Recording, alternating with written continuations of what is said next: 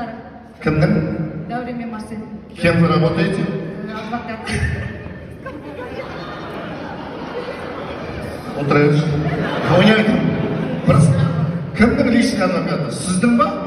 Кеш ажырасайын жатсыздар ма? А? Семейный.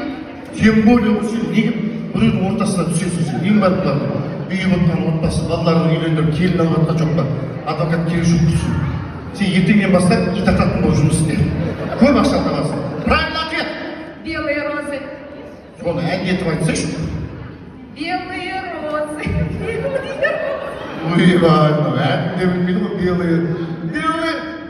Беззащитные шипы. Шипи емес, шипы. Правильно ответ. Шапалақ предложили. Адвокаттан. Рахмет. Сізге ешқашан ісімізді түспесін. Өзіңмен өзің дос қарағым.